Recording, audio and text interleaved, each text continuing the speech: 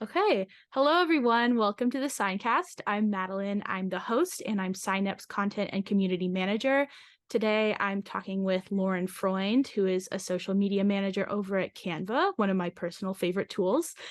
We're going to cover all things social media, from tools to creative strategy and research and planning, basically anything you could ever want. So, Lauren, why don't you kick us off by telling everyone a little bit about yourself and how you got into the social media space? Thanks so much. I'm so excited to be here and be chatting with you. All things social media, my favorite conversation topic. All right, how did I get into the social media world? Well, I think I would have to start off by saying my generation grew up with social media, so I feel like I've always kind of been in it. Right. And I feel like it's kind of been a natural thing for me. Especially I graduated college in 2018, which I feel like was towards the end of everything really coming to, TikTok, Instagram, everything like that being monetized more and like brands getting on it Right. more. I remember when I was younger, it was kind of just like this fun little personal thing. You would post Instagram photos with the sepia filter and like just Snapchat your friends and really casual social media. So I feel like timing wise, I was really lucky in the sense that once it became really like social media became more commercial and professional, like brands used it, that was kind of when I was entering the workforce. So um, I majored in public relations and advertising in college, and obviously social media is a type of marketing and falls under that umbrella. I tried out a few things, like advertising, PR, everything like that, but call it my generation or just your passion, but I always gravitated more towards social media. I just thought it was so much fun. It's ever changing, as you know. There's always a new platform, a new algorithm, a new feature. And I think when I was exploring my options in the marketing world, I think one of my concerns was, oh gosh, I hope I don't get bored. And I feel like you can never get bored with social media. Totally. So that was just kind of like a natural flow for me to go into that. And when I graduated, I had a few internships under my belt on ad agencies, with PR agencies and in-house work. But a lot of digital media, social media experience. So my first role was at Taco Bell corporate. I was on their social media team there, which was probably like the best job I could have had coming straight out of college. I learned Right. so much there and I got to touch so many different things. Like I said before, one of my biggest concerns in marketing was, oh, I don't know if I'll get bored. And I remember thinking, oh gosh, am I going to get bored just marketing tacos and burritos all day? And I couldn't have been more wrong. Um, Taco Bell is one of those amazing brands that, reaches outside of its industry and really connects with what the fans love outside of just the food. So that's why I say it was one of the best experiences to be able to touch so many different things. While I was there, I got to, not only do the marketing for our core food products, but also partnerships and exploring all different things like that. I really got into social media analytics while I was there. I loved measuring what was doing well, what wasn't, where we could improve, which is so niche to every brand because, Mhm. every brand has a different audience. So what works for some brands may not work for others just because you have different people following you. I really enjoyed that. From there, I moved on to Shutterfly, where I worked on growth marketing there, which was really exciting because I got to branch out a bit from social media into, paid and some other areas to, again, do the measuring and seeing what we can improve. I love testing and learning. I think that's one of my biggest pieces of advice for people in social media is just like see what sticks, just try different things. There is no failures. I think the flop era is really popular saying right now. People are talking about it a lot, but I think there's always something to learn. So I don't really consider anything like a flop, or rather, when it is a flop, I still think of it as a really big learning. Right. So that was really fun there to just learn and test. And then I came over to Canva and got back to my roots of social media, and I do strategy there right now, creating some really awesome content. I've been a huge fan of Canva, kind of like you, since college. I used it to make all of my presentations for my classes. It was a total lifesaver. And it really empowered me because I think of myself as a creative person, but sometimes when you have to physically get it out there, whether it's on paper or on a screen, sometimes it doesn't translate as well because I don't Right. know what buttons to press or whatnot. So when I found Canva, it was just a really empowering tool for me uh, to kind of remind myself I am creative and I can do all this awesome stuff because Canva makes it easy too. So to be able to work with a brand or work for a brand that you have been a fan of for a while and that you really believe in the product is super exciting. So I think I've talked enough about myself for a while. I'll stop there. But that's my journey through social media to where I am now. Yeah, yeah, I really like what you say about, like, social media is just kind of this huge test. Like, I love Yeah. your story of when you were at Shutterfly, like, just running all these tests, just kind of seeing what sticks, like, there are no flops. I totally agree with that. Like, it could be very unpredictable. I think that's what makes it so exciting. What makes it kind of stay in the forefront of what people talk about when they talk about marketing and when they talk about branding is that it's always so dynamic and it's so exciting. And there's no really set formula of how to win every time. There are, of course, like foundational things that you can do to kind of make sure you're on the right track, you're getting good Mhm. engagement, you're getting views. But like at the end of the day, it can sometimes seem almost kind of random if you're not like in the inner workings of it. Yeah. Um, yeah. And I know like I feel like the past few years, even like some of my older relatives have become more interested in social media. They're just like so curious about it. It's this crazy Mhm. thing. And yeah, like working in the industry, it's so crazy to get to like work with this exciting thing that like keeps you engaged and keeps people engaged like over and over and over again. It's just such an interesting topic. It Yes, I really is. It really is never ending. could talk about it all day. Yes. Yeah, I'd love to hear about like your kind of like personal philosophy when it comes to managing social media, kind of your approach, tools you use, like the way you approach your creative strategy and how you work with your team at Canva. Yeah, totally. Where to start? I feel like I've learned a lot over the years of working on social media. Like I mentioned before, I think every brand and every channel is different, right? So I think the first part is really learning what your brand is, what you stand for as a brand, what your morals are, and then kind of once you have that foundation of making sure you know who you are, especially because I feel like in social media it's so easy to just go with the trends or see another brand doing this. So I Right. think first and foremost, it's really important to set that foundation of like what you want to stand for as a brand and the kind of content you want to surround yourself with and put out there. From there, once you have that foundation, I would say the next most important thing is to like learn what your audience likes. So once you've attracted that people from your foundation, just learning like what are they gravitating towards, not just like views, but what are they saying in the comments, like how is their engagement or what other things are they engaging with.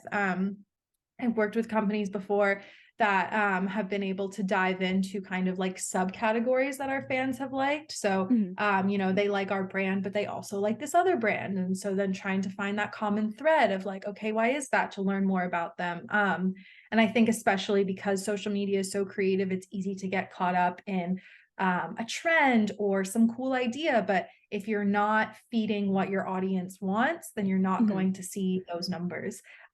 So I think that's really important. And then after that, I would just say test, test, test. Like I mentioned before, I think everything is changing so much, like the social media platforms and the algorithm and the different features that are available, that you might as well just keep testing. And as long as it's done in a structured way, whether it's A/B testing or something else, and you're really making note of all those learnings along the way and constantly trying to improve, then I feel like you can't really lose that way. So I would say Mhm. those are like my top three strategies that I take with me when I'm working on brands or anything like that. Right, right. And when you're in a team, how do you go about testing things? Like what's that process like of deciding this is what we're going to do for our brand? Totally. I think organic and paid are a little different. So like paid is super easy to do A/B tests on, Facebook or Instagram or whatever you want to do it on.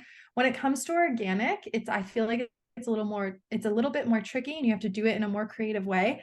But on my team, we definitely talk about all the things that we could just put out there and test and see, like, I wonder if people like it, if we use a popular sound, or if we tap into this insight that's like their favorite feature, things like Mhm. that, and just test out these different brainstorm ways and making sure that we're identifying every KPI. So maybe if we talk about, X, we get more views, but the engagements aren't really there. Or if we talk Mhm. about Y, it didn't really reach that many people, but the people it did reach were super excited and they left a lot of comments. So it gets a little complicated sometimes, but I think you really do need to treat each thing as an individual, each platform, each post, and each KPI, and kind of like mix and match and decide what works for what, depending on what your objective is with whether it be a product or a campaign or what have you.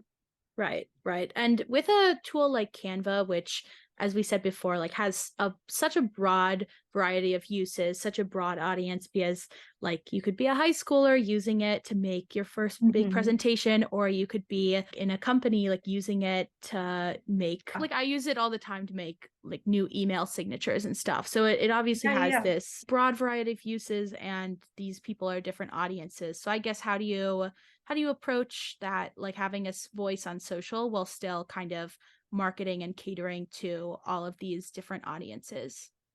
Totally. I mean, it's a blessing and then kind of like a challenge, right? To have so many features and things on our platform that we can talk about that help so many different kinds of people, like you said, whether it be high schoolers or professionals later on in their career. But then also knowing, okay, what topics and subjects and features do we talk to about what? Mhm. And that's something that I think we're still learning because everything's still changing, right? Like you said before, there are some older people who are now just starting off with it. So sometimes there's that overlap of like high schoolers are using something, but also like the older generation is Mhm. also using the same thing the high schoolers are because they're just learning and getting used to it. So I think because there are so many features on Canva that is so applicable to so many different things. We're definitely keeping note along the way, but we don't want to single out anyone or decide like this feature is just going to be for this demographic. I love that. It's definitely fun. Like social media is such a creative thing at its core, and I think Yeah, that's like part of the reason why it's so fun and it's so engaging. Yeah, it so like is. I when love you're watching people use it for different reasons. It's like, oh, I never even thought of that. Or whether it yeah. be just like a regular person I'll happen to see on my feed or like an influencer that we come across. I'm like, oh my gosh, I didn't even think of using it that way, but I'm glad somebody else did. And it's just nice to know how many different ways you can use something and how it works for different people. I'd love to hear about if you touch on this at all in your own personal role, like how you approach engagement, because obviously it's great if you post something and it gets a ton of views, a ton of comments. Like how do you go about, like, especially when you're working on a team, kind of keeping the brand voice consistent when it comes to replying to people, engaging with people's posts that might mention Canva? Like how do you approach that? Yeah, we have a lot of amazing people on our team that manage that type of stuff. So we've had something in place even before I got there of how we engage with people and how we respond and the type of language and conversation that we like to promote within our channels and within the comment section, which, Canva is such a helpful platform and a tool. And we're really lucky in that, this only happens with a few brands when you have like super fans. And we really do at Canva have a lot of super fans and people who are so excited because at the core of it, Canva is it's such a learning platform because there's so many Mhm. tools to create and learn. And so people are so excited to engage with us because either they have questions on how to use something in a very specific way, which gets us really excited because we're like, wow, we didn't think of that. Um, or people who want to help others of like, look what I did with this tool. And that's just something that is so unique and we're really grateful that we have that. So we definitely prioritize our engagement when it comes to just the conversation. When it comes to KPI wise, yeah, we love engagements as our KPI because, I mean, obviously it depends on what the campaign is and what channel we're talking about. But personally, in my career, I always like to look at engagements. Specifically engagement rate per impression I really like. I want to make sure that the eyes we are getting are really excited about it. They're engaging with it in some form, because I think that's what really builds a strong community, and we really prioritize our community at Canva. And I think a lot of really successful brands also prioritize community. Right. I definitely agree with that. I feel like prioritizing community, kind of prioritizing those super fans, like always Mhm. works out for the better. Like if you're just like kind of like the more vague you get, the less people will actually be interested in what you're saying because it doesn't really apply to them. But if they're a super fan, they're gonna love anything you say because they're like, we love Canva, we love this tool. We just want to use it. Totally. And Yeah, yeah, I I think I that's something that's interesting. You talked about like the vagueness of it that we're seeing in social media, like specifically TikTok, right? I feel like the things that are performing really well on TikTok are very niche and they're not really broad. You know how you get on a certain side of TikTok, whether it be like book talk or travel talk or Swift talk. I'm a big Taylor Swift fan. And I feel like it's kind of foreshadowing what social media is kind of turning into of those communities, because communities are like very niche in a specific area, and you're finding people who like the same things you do and like to talk about those things. And I think, you know, when I even talk to my friends, everyone's really curating their feed to be things that they actually care about nowadays. And so I think that's something interesting that you mentioned, of just like the vagueness of it, and communities kind of get rid of that vagueness and provide right. an opportunity and a space for people to get really excited about what they like and talk about it with others who feel the same way. Right, right. I definitely agree with that. Like, I like what you say about kind of like the niches popping up on TikTok. Like, it's kind Mhm. of very illustrative of the way that things are going. Like, there's so Totally. many brands, and I feel like for the average person, for any person, it's very overwhelming to navigate it. Like, you have a few that you might really like that you've used for years, but then the all the other ones, it's just kind of like you might follow them, they might just be posting this vague stuff, you don't feel any connection Mhm. to them. But I feel like definitely with the younger generation as well, like it's kind of a thing that you prefer to interact with brands that you have this personal connection to. Yeah. So I think it's really great where it's headed, where it's more centric on communities, like brands, as more thinking of brands almost as like franchises, I'll say, where they have all these different components where you can engage with them and engage with the Mm. community. I've seen some brands who have like chat boards that are specific for their brand, or like people, even with clothing brands, they engage with each other in the reviews, even. Mhm. Yeah. Like I just think that's always the best way to kind of build that loyalty and like build more engagement and just kind of like keep it snowballing and create this really great community. Totally. And I think that's something that brands struggle with just naturally, is on social media, they are not people, right? Everyone knows it's a brand from your handle. Right. And I think it's so much easier to connect with people. And that's why influencers are so successful, because you're like, oh, he or she like looks like me, or they like the same things as me, or like I trust them on their advice of like what to buy or whatever. And so I think naturally, no matter like what a brand does, starting off, you have that hurdle to overcome of like, we are a brand, we are not a person. And I know a lot of brands like to be people, and like they Mhm. like to come off as people online. And that really helps a lot of different brands.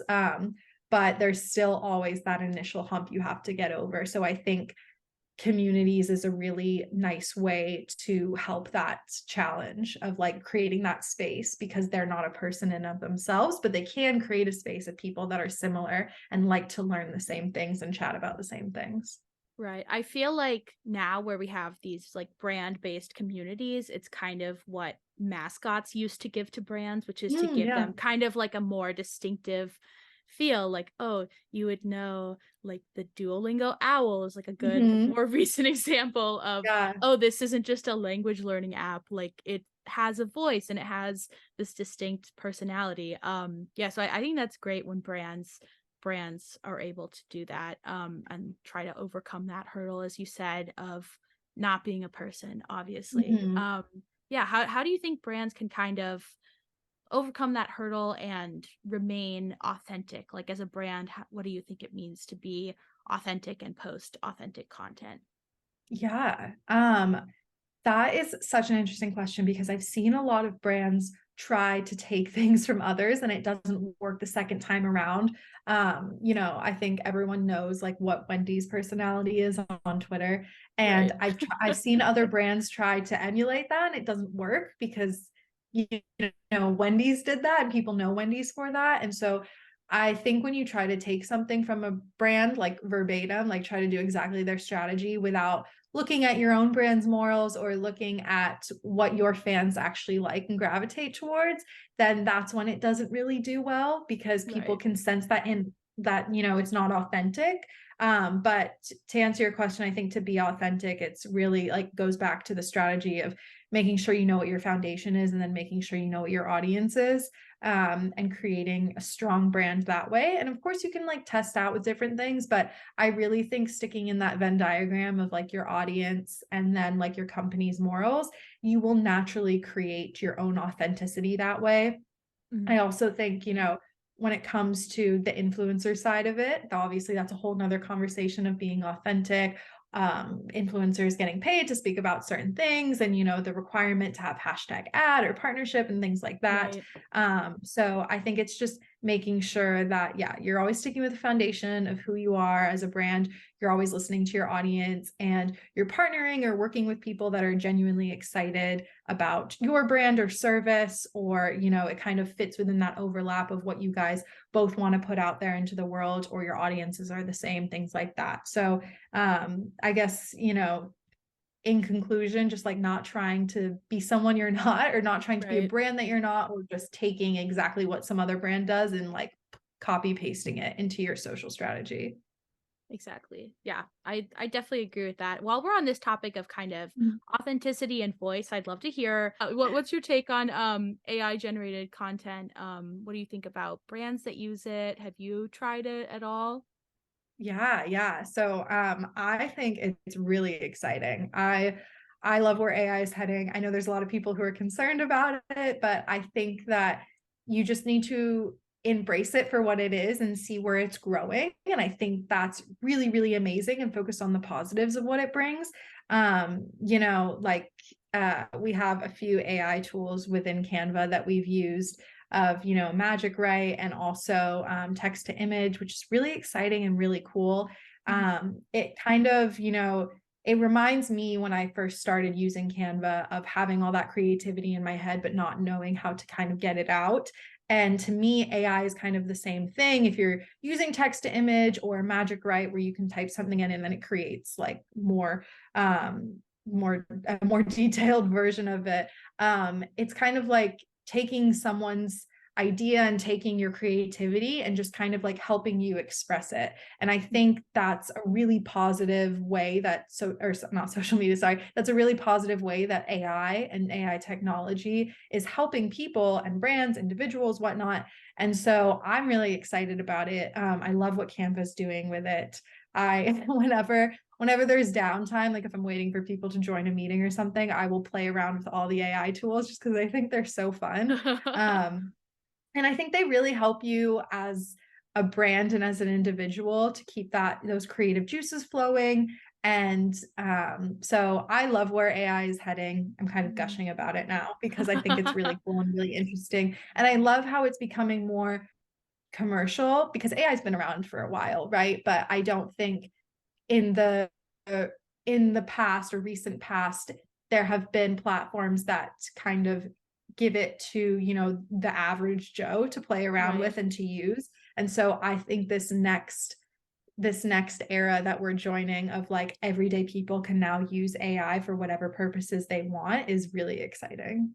Right. I agree with you. I'm super into it. It's so great that it's become so much more accessible, not just Yeah. for like an average person, but also for businesses. I think it was definitely around before, but it was either cost prohibitive or just like Mhm. not that great. I remember in college I used to like transcribe interviews. And one time I tried to use like an AI service to Mm. like help with that, and it really sucked. So like, but Yes. yeah, and I feel like using I know that there's been a lot of kind of talk about, oh, it's not going to be good, it's not going to be authentic, but I really like what you said about it kind of just opens the door for more creativity. It kind of gets you over that writer's block, that graphic designer's block, like whatever, what Mhm. have you, whatever it might be. And it makes it a lot more accessible to create like assets for your brand as well. Like I just saw one, I think it's called Flare AI, that you upload one product shot of your product. I think it's targeted towards like beauty and wellness products, and then Mhm. you can create kind of like these stylized photo shoots where, oh, you can have your I saw one of like a green juice, and it was just a picture of a green juice, but then suddenly it was in a tropical lush rainforest, Oh, or cool. like it was really great. And it's like it I feel like it's going to open the door to a lot more creativity, not only with brands creating like stuff and creatives creating things, but also just allowing brands to enter the space without having to shell out so much money to get a great photo shoot or like write a bunch of copy, for instance. So I think that's really great. I think we'll see some great brands that emerge kind of using this strategy. So I'm excited Yeah, for and that. I love what you said about accessibility too, because that's really, it's promoting that creativity, it's allowing people to have accessibility. I understand when something new comes out, people, I mean, it's just human nature to be a little scared of something when it's new, which is totally Mhm. understandable. But you know, AI, it's not going to replace graphic designers, it's not Right. going to replace copywriters, like it's not going to do any of that, but it is going to, you know, like allow accessibility to people who maybe can't afford those things or don't have the resources or the skills to be able to do that. Or, you know, it can also be used by professionals for a brainstorming tool or just like a creative juice flowing tool. Gonna patent that.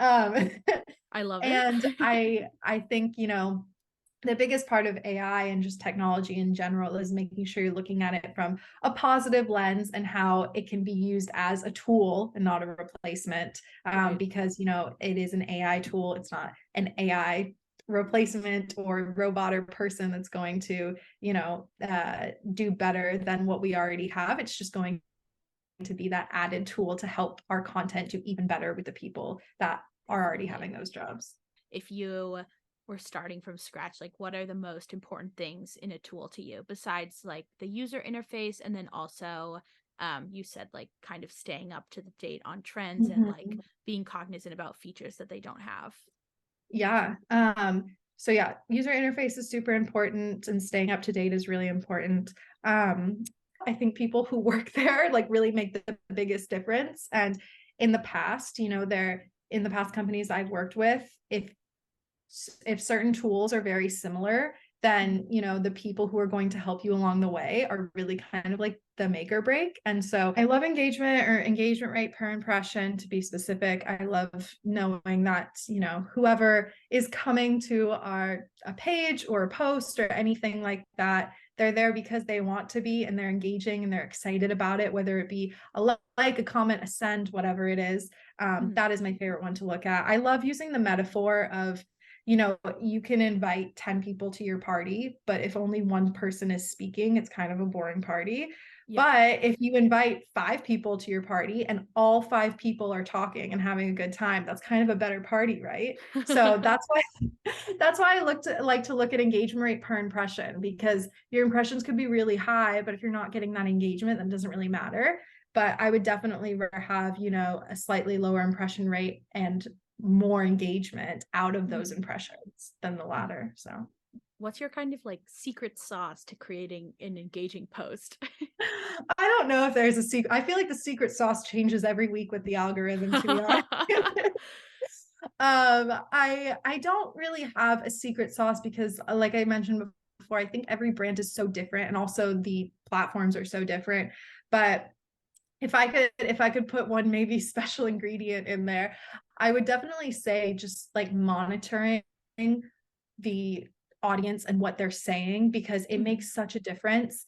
If someone's like, oh, I would be curious to see like this applied to this, and then you make a video about it and it does really well because you listen to that one person who was curious about a certain application of something. So you're focused on the KPIs and the numbers that are based upon the people seeing it and interacting with Right. it. So it makes sense that you follow what they say. Again, keeping that foundation of who you are as a brand, not getting lost in the sauce, but making sure that that second layer is really heavy on listening to what people want and what people are gravitating towards and what they need. I really like, Pinterest has this as well, but like TikTok is obviously the most recent platform, is the saves. I feel like saves are super underrated because there's a lot of people who just like don't comment. Like they never comment on any platform, on any post. They're just not commenters.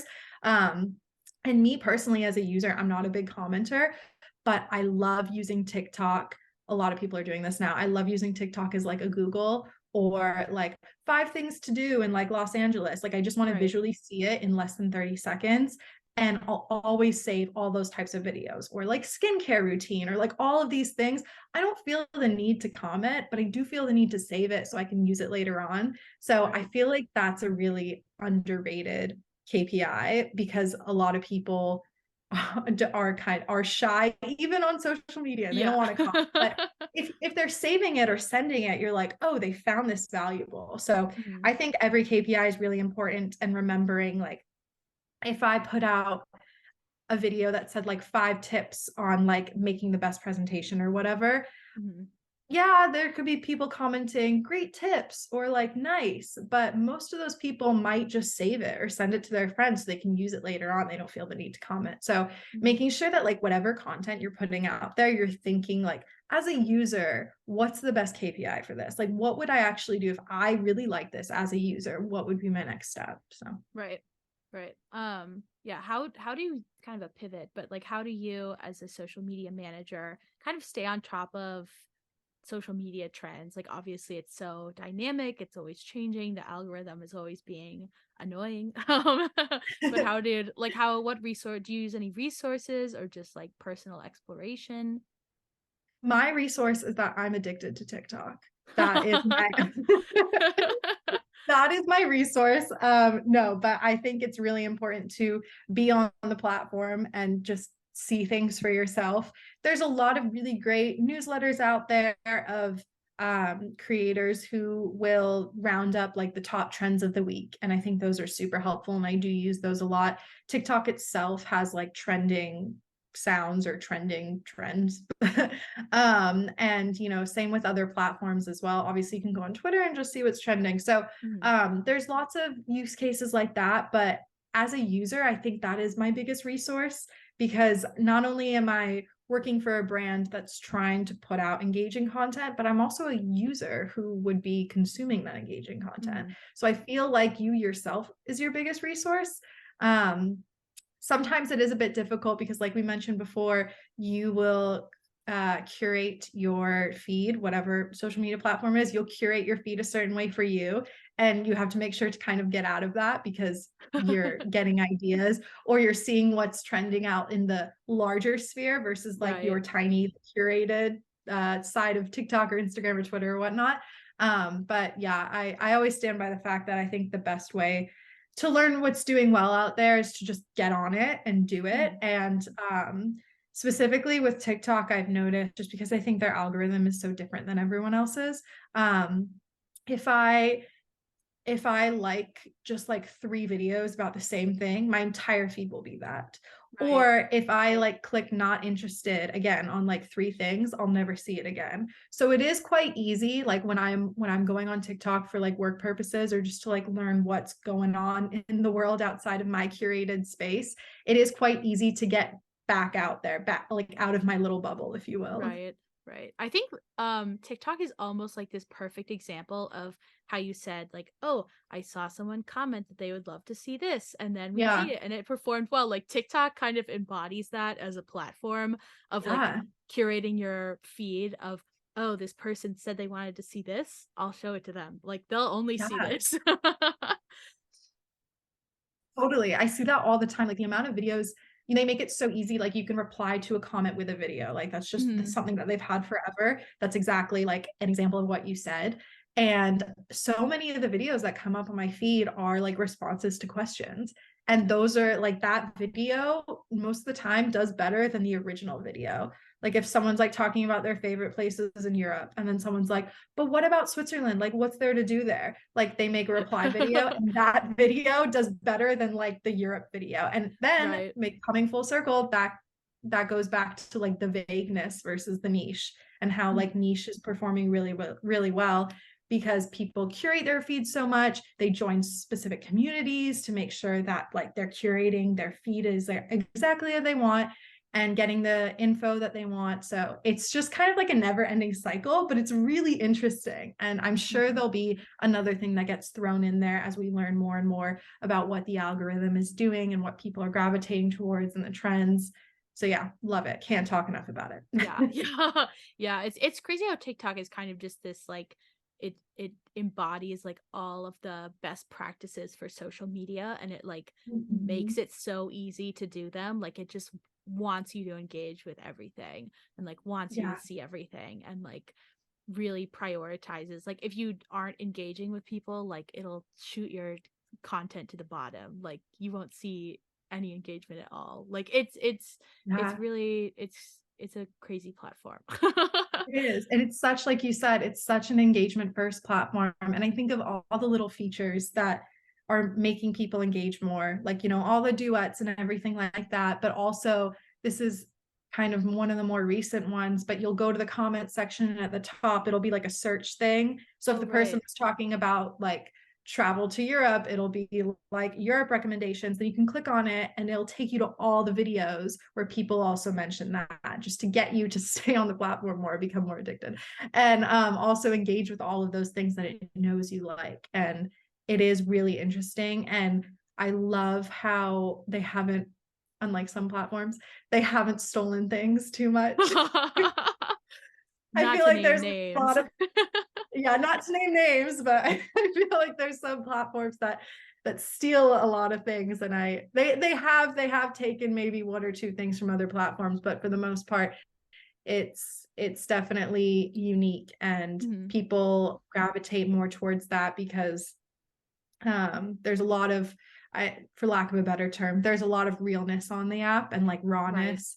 And nothing has to be highly produced, and people just like say whatever they want, and it makes engagement really easy.